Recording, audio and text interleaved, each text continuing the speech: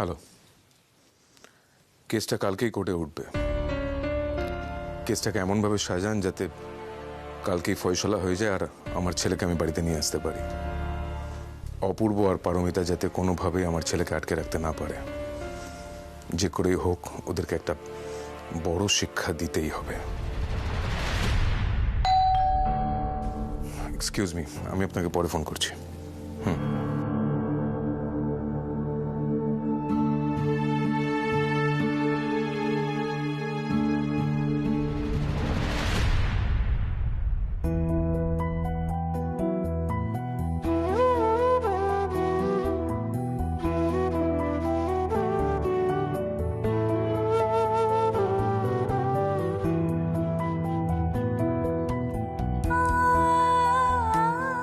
ভিতরে আসতে পারি? এসো।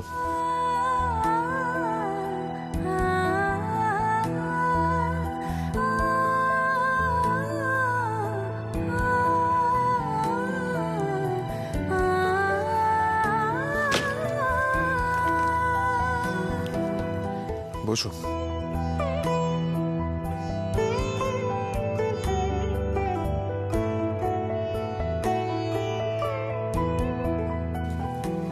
কি দরকার বলো?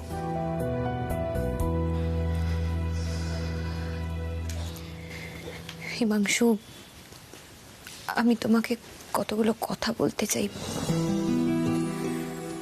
এগুলো আমার মনের কথা, আমার রিয়েলাইজেশন। আমার মনে হলো এগুলো তোমায় বলা দরকার।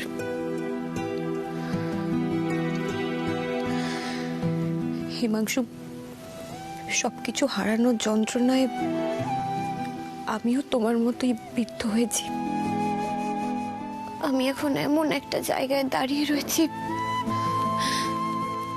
আমি সত্যি বুঝতেই পারছি না আমি কোনটা ঠিক কোনটা ভুল। সবকিছু কেমন গুলিয়ে যাচ্ছে আমার। একবার মনে হচ্ছে তোমার জায়গায় যদি থাকতাম তাহলে কি আমি এমনটাই চাইতাম? হয়তো চাইতাম,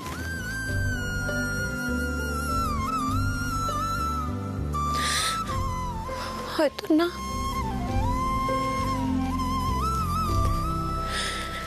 হিমাংশু, আমি জানি তুমি কি ভাবছো।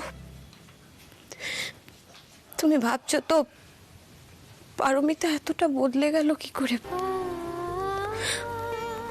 আমি আসার পরেও ও এতটুকু খুশি হয়নি, এতটা স্বার্থপর হয়ে গেল। কুট্টুসের কথা ভেবে আমি হয়তো তোমায় একটু অবহেলাই করে ফেলেছিলাম হিমাংশু। কিন্তু বিশ্বাস করো কুট্টুস আমার এমন একটা দুর্বলতার জায়গা, আমি বললেও তুমি বিশ্বাস করতে চাইবে না। মা জানেন, তন্নি জানে, যখন তুমি চলে গেছিলে সেই দিনগুলো কতটা আতঙ্কে, কতটা অনিশ্চয়তার মধ্যে আমি আমার ছেলেটাকে বুকে আঁকড়ে ধরে বেঁচেছিলাম। আমার স্বাদের সংসারটা নিমেষের মধ্যে ভেঙে টুকরো টুকরো হয়ে গেল চোখের সামনে। তোমার ছায়াটা চলে গেল আমার মাথার উপর থেকে। একেবারে একা হয়ে গেলাম আমি। শুধু ভাবতাম এই বুঝি খবর আসবে। ওই খবরটা একদম ভুল খবর ছিল। আর বিকেল হলেই তোমার অফিস থেকে ফেরার সময় বারান্দায় গিয়ে অপেক্ষা করতাম। মনে হতো তোমার ট্যাক্সিটাই বুঝি এসে দাঁড়ালো, আর তুমি হাসি মুখে ট্যাক্সি থেকে এসে নামলে।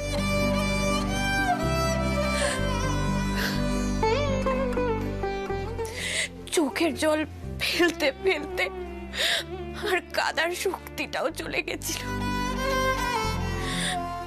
কুট্টুসের সামনে কাঁদতেও পারতাম না, ছেলেটা তোমায় হারিয়ে ফেলার পর এমন আতঙ্কে চলে গেছিল, ওর সামনে একটু চোখের জল ফেলা যেত না। কিন্তু ভিতরে ভিতরে আমি ভেঙে চুরে শেষ হয়ে গেছিলাম হিমাংশু।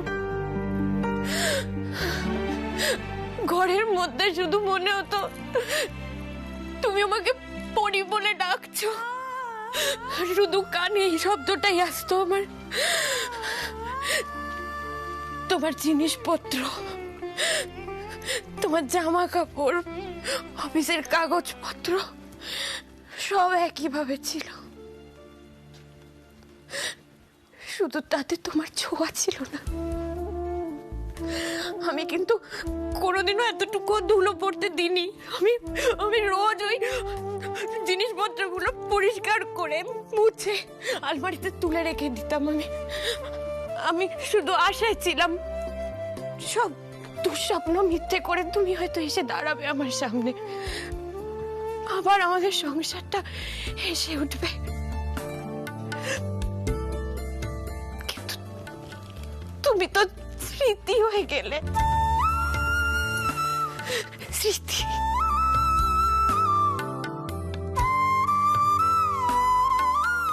মাও খুব কষ্ট পেত, খুব কষ্ট পেত, খুব কান্নাকাটি করত।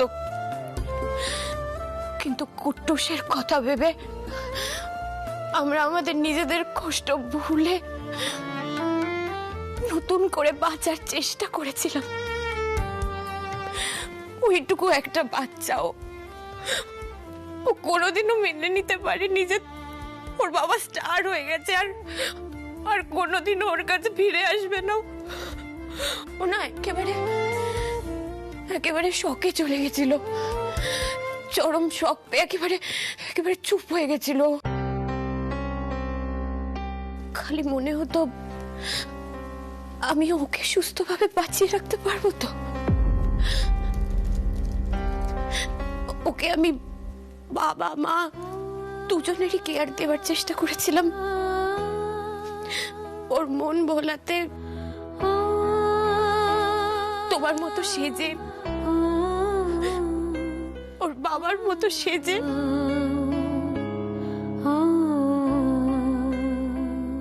কুট্টুস বাবু, এবারে কি আমরা স্নান করতে যেতে পারি? এবার চলে যেতেই পারি মা। বাবা, ও কুট্টুস বাবু, দেখো তো কে এসেছে, চিনতে পারো কিনা?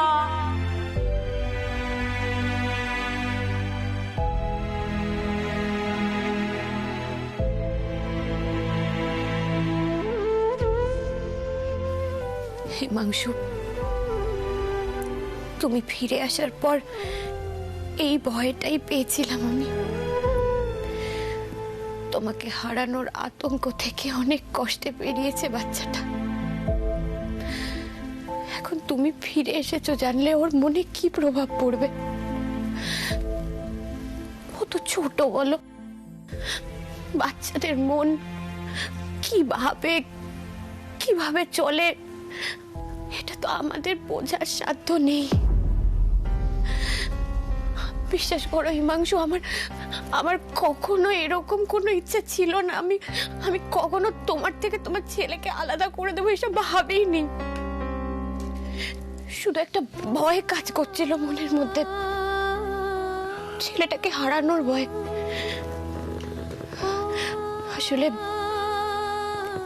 সমস্ত সম্পর্কের আগে আমি তো মা, আর মায়ের সবচেয়ে বড় দুর্বলতার জায়গা তার সন্তান। আর যখন আমার সন্তানের একটা নিদারুণ পাস্ট আছে, তাই আমি সত্যি খুব ভয় পেয়ে গেছিলাম হিমাংশু। ও সেদিন তোমার বাড়ি থেকে বেরোনোর সময় কিডন্যাপ হতে হতে বেঁচেছে। এই ভয়টা কিন্তু ওর মনে এখনো খুব তাজা। হয়ে গেছে, তোমার ক্লারিফিকেশন দেওয়া হয়ে গেছে। বাকি কথা কোর্টে হবে।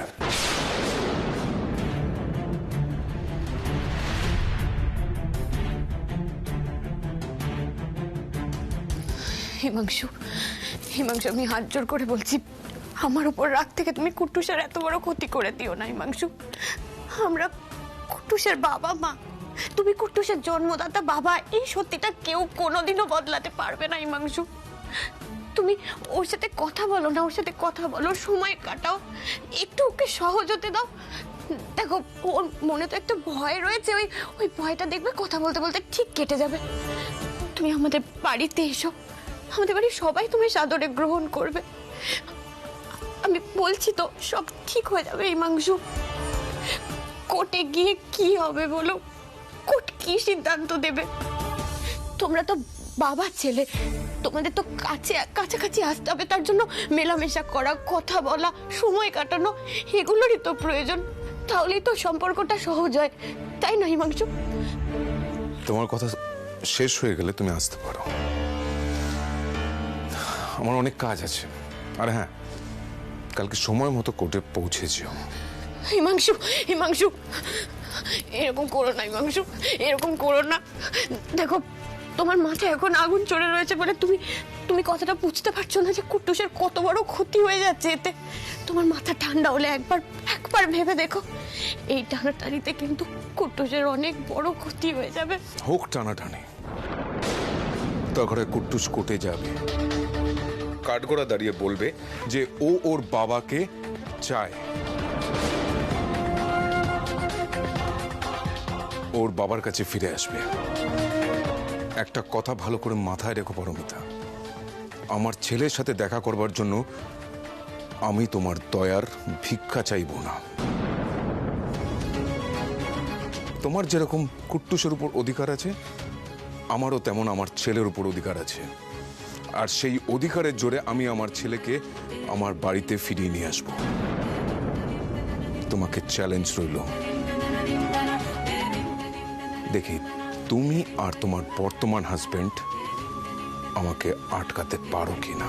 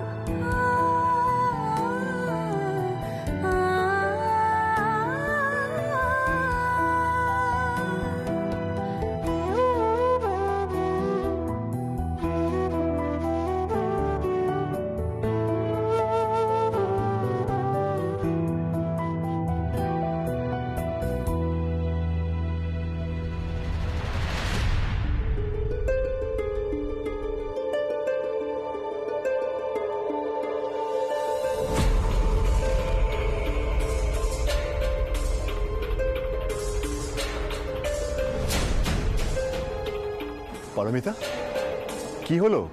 হিমাংশুর সাথে কথা হয়েছে? কি বললেন উনি? কেসটা কি তুলে নেবেন?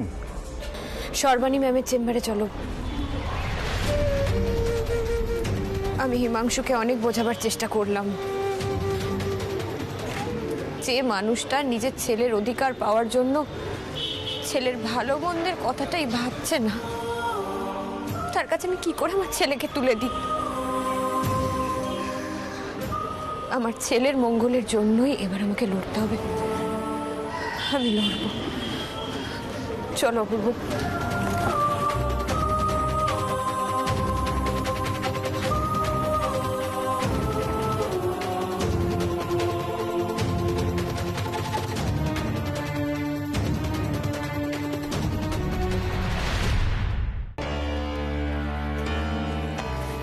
রিল্যাক্স মিসেস গাঙ্গুলি, এই কেসটা আপনিই জিতবেন।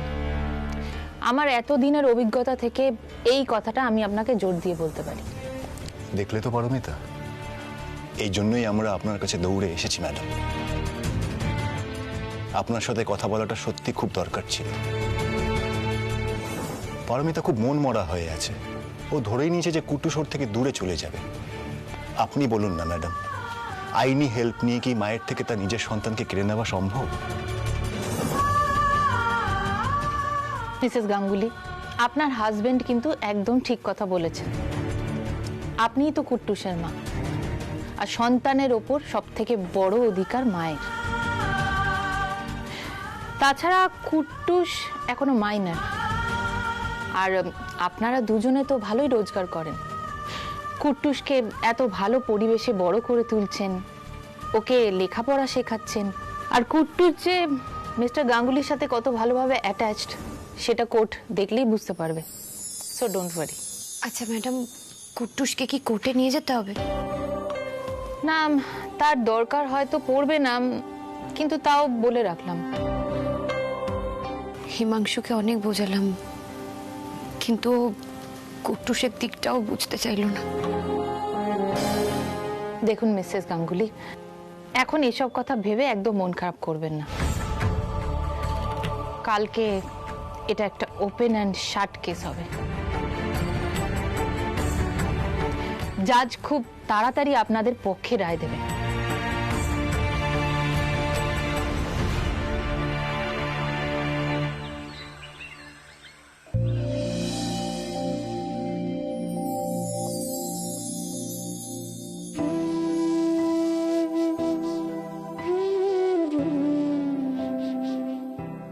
ঠাকুর, আমার মনের মধ্যে কি চলছে তুমি তো সবটাই জানো।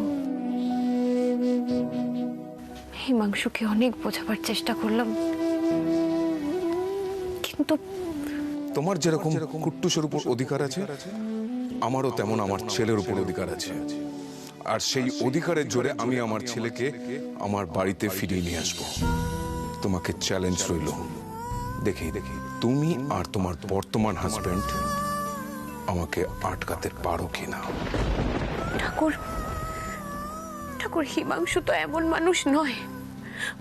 ও তো অত্যন্ত একজন ভালো মানুষ। ও শুধু নিজের অধিকার আর জেদের দিকটাই দেখবে, এ যেন আমার কিছুতেই বিশ্বাস হচ্ছে না। ঠাকুর, তুমি ওকে এর থেকে বিরত করতে পারো। তুমি কিছু করো ঠাকুর। ও যেন বাবা হয়ে এমন কিছু কাজ না করে বসে যাতে ও কুট্টুসের চোখে ছোট হয়ে যায়। ওকে সুবুদ্ধি দাও ঠাকুর, ওকে সুবুদ্ধি দাও। ওদের বাবা ছেলের সম্পর্কটা যেন আর পাঁচজন বাবা ছেলের সম্পর্কের মতো সহজ থাকে, স্বাভাবিক থাকে, সেটা তুমি দেখো। জেতা হারার এই লড়াইটা যেন সবকিছু শেষ না করে দেয় ঠাকুর। তুমি দেখো, দেখো তুমি।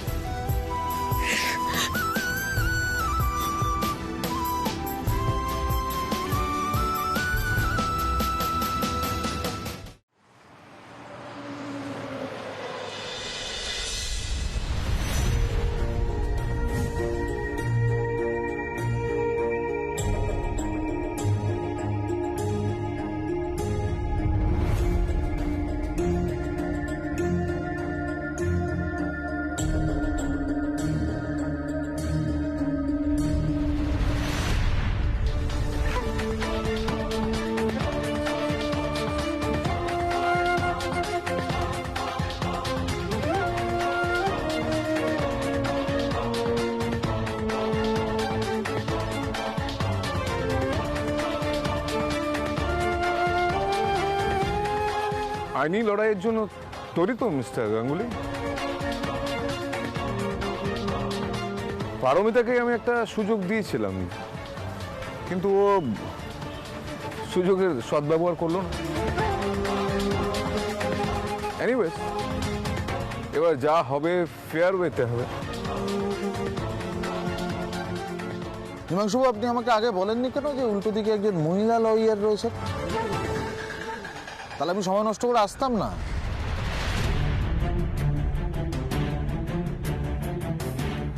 আমার যে কোনো একজন অ্যাসিস্ট্যান্টই কেসটা লড়ে দিত, পাঠিয়ে দিতাম আমি।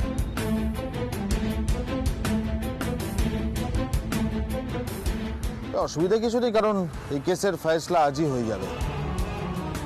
আমার উল্টো দিকে লয়ার কেসটা দাঁড় করাতেই পারবেন না।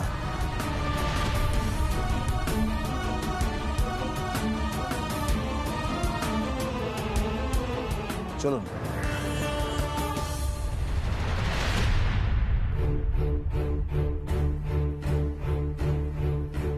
উনি এরকম কথা কেন বললেন? অদ্ভুত তো। এই শিবেশ বাবুকে আপনারা চেনেন না। মিস্টার মিত্র আর কোনো উকিল পেলেন না? না মানে উকিল হিসেবে ওনার ভালোই নামডাক আছে, কিন্তু মানুষ হিসেবে উনি একদমই ভালো না। বিশেষ করে মহিলাদের প্রতি ওনার মানসিকতা খুবই খারাপ। জানি না মেয়েদের ওপর এত কি রাগ ওনার। সব মহিলাদেরই এইভাবেই ছোট করেন।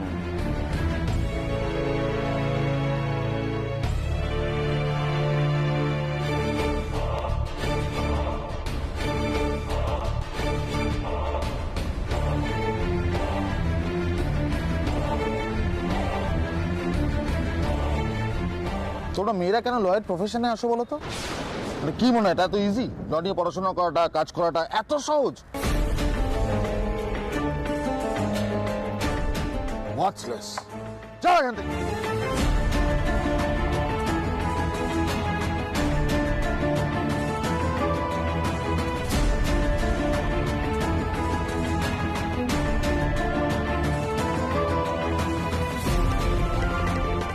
কেমন ধরনের মানুষ উনি? মেয়েদেরকে এত নিচু নজরে দেখেন? শুধু তাই নয়, উনি কেস জেতার জন্য যত নিচেই নামতে হোক না কেন তোয়াক্কা করেন না। যদি পাঁকে নামতে হয় সেটাও উনি নেমে পড়বেন প্রফেশনের জন্য। কোনো নীতিবোধ, বিবেক কিচ্ছু নেই। সওয়ালের সময় যে কাকে কিভাবে অ্যাটাক করবে কেউ জানে না। ম্যাডাম, তাহলে কি কেসটা আমাদের জন্য জেতা খুব টাফ হয়ে যাবে?